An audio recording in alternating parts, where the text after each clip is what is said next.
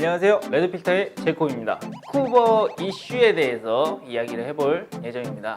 오늘의 이슈 사항은 연한법이죠.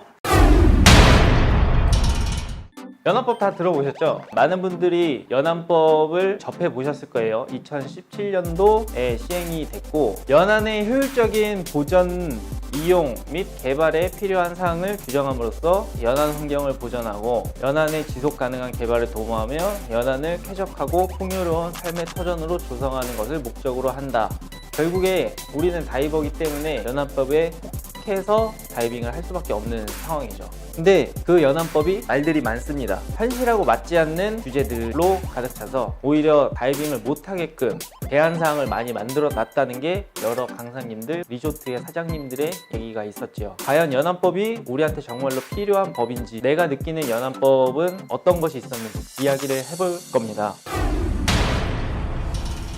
일단 연한법이 만들어지게 된 계기가 있어요. JTBC 뉴스를 통해서 접한 기사가 있었습니다. 근거가 되는 연안 사고 예방법이 졸속으로 만들어지면서 생긴 일인데 그 과정을 추적해봤더니 마치 블랙 코미디 같았습니다. 해병대 캠프에서 사고가 발생해서 체험 활동, 그것들을 안전하게 하기 위한 목적이 첫 번째였고요. 두 번째는 레저 스포츠 우리가 많이 즐기잖아요. 뭐 바나나 보트라든지 땅콩 보트, 제트스키 이런 것들에 대한 안전사고도 발생을 했었죠. 좀 더 법의 테두리 안에서 진행을 해야 된다, 뭐 이런 얘기들이 나와서 그 말을 하다 갑자기 세월호가 터진 거죠. 그 연한법이 다른 안전 관련 법들과 뒤섞여서 펌펌? 그거 뭐죠? 아까 그 얘기 단어? 검열? 아니 뭐였지? 심의! 제대로 된 심의가 거쳐지지 않고 이 법안이 통과됐다고 합니다. 관련 전문가들이 참여한 것도 아니고 관련 업계의 사람들이 참여한 것도 아니기 때문에 업계에 계신 분들, 다이빙에 종사하시는 분들도 문제가 많다고 느끼고 있습니다. 지금 연한법이 뭐가 문제냐? 제가 들어본 얘기를 먼저 하자면은요, 첫 번째로 작년에 그런 사건이 있었어요. 시행을 한다, 이제부터 그 법을 지켜야 된다라고 했을 때 동해에 있는 모든 리조트들이 영업을 하지 못했습니다. 왜냐면 그 연한법을 테두리 안에서 합법적으로 영업을 하려면 허가를 받아야 되는 거예요. 그러니까 내가 허가를 받으려면 지켜야 할 사항들이 실제하고는 너무 현실하고 동떨어져 있었던 거죠. 저도 강사이기 때문에 제가 갖춰야 할 조항들이 있었어요. 그거를 갖추기 위해서 문의를 하려고 여러 곳에 전화를 해봤는데, 구청에 전화하면은 뭐 이게 무슨 소리지? 시청에 전화하면은 그거는 뭐 해수부에 연락을 해보시죠. 해수부에 전화하면은 그거는 저희 관할 부서가 아닌데요. 이렇게 계속 핑퐁놀이를 하는 겁니다. 이렇게 유관부서를 찾기 힘들 정도라고 하면은 뭐 단속하는 부서도 거의 없겠구나.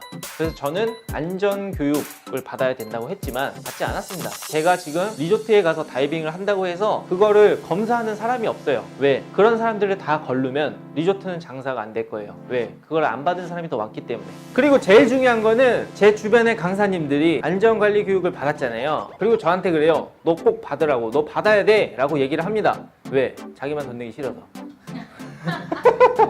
저는 만약에 이런 편차가 명확하게 있다고 하면 교육을 받을 생각이에요. 여러분 이런 생각 하실 수 있겠죠. 너 때문에 그게 생길 거야. 저는 그걸 바라고 있습니다. 그런 얘기도 나왔었어요. 그 교육을 하는 기관은 돈을 받고 교육을 해줬죠. 그러면은 득을 본 건 누구냐? 그 교육을 해준 기관이다. 그 교육을 해준 기관이 연한법을 만든 나라의 업무를 보시는 분들과 어떤 관계가 있어서 자기네가 유리하게 이익을 취할 수 있게 이런 법을 만들었다라는 설도 있었어요. 물론 진실은 본인들만 알고 있겠죠. 그리고 다이빙을 즐기려고 해도 지켜야 되는 것들이 있어요. 안전요원을 배치를 해야 된다는 얘기가 있는데 이것도 굉장히 우스운 얘기예요. 안전요원이 배 위에 상주를 해 있어야 된다고 합니다. 무조건 리조트에서 강사를 많이 보유를 해야 되는 거예요. 동해 실정은 그렇지 않잖아요. 그럼 그 인건비는 누가 줍니까? 이런 사항들이 과연 누구를 위한 법인가? 라고 의문을 품었는데, 역시나 이 법은 다른 레저 스포츠나 안전을 위해서 만들었지만 그 레저 스포츠들을 관리하는 법이 따로 있었어요. 그렇기 때문에 연한법에는 해당이 되지 않는다고 해요. 결국에 이 스포츠는 빠지고 남는 건 스쿠버예요. 그렇기 때문에 피해를 보는 거는 스쿠버 다이빙 업계, 그리고 스쿠버를 하는 여러분들밖에 없는 거죠. 그래서 예전에 이런 문제에 대해서 되게 많은 인터뷰들이 있었어요. 하는 얘기가 이거는 다이빙을 모르는 사람이 만든 법이다, 현실하고 너무 동떨어진 얘기다, 뭐 그런 얘기들이 있는 겁니다. 그렇다라고 하면은 원래 뭐 법이든 규율이든 처음에 만들어지면은 완벽하지 못하고 뭐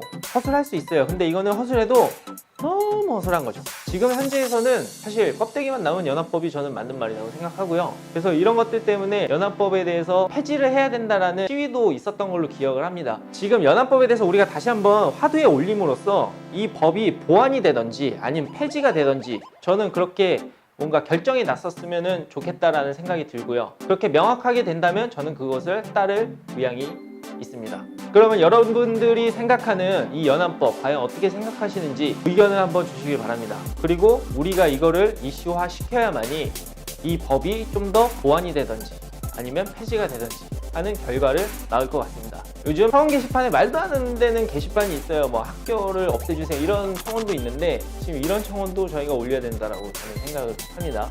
여러분들이 의견을 많이 주신다면 제가 총대를 청원 한번 잡혀가는 거 아니겠죠? 한번 써보도록 해보겠습니다.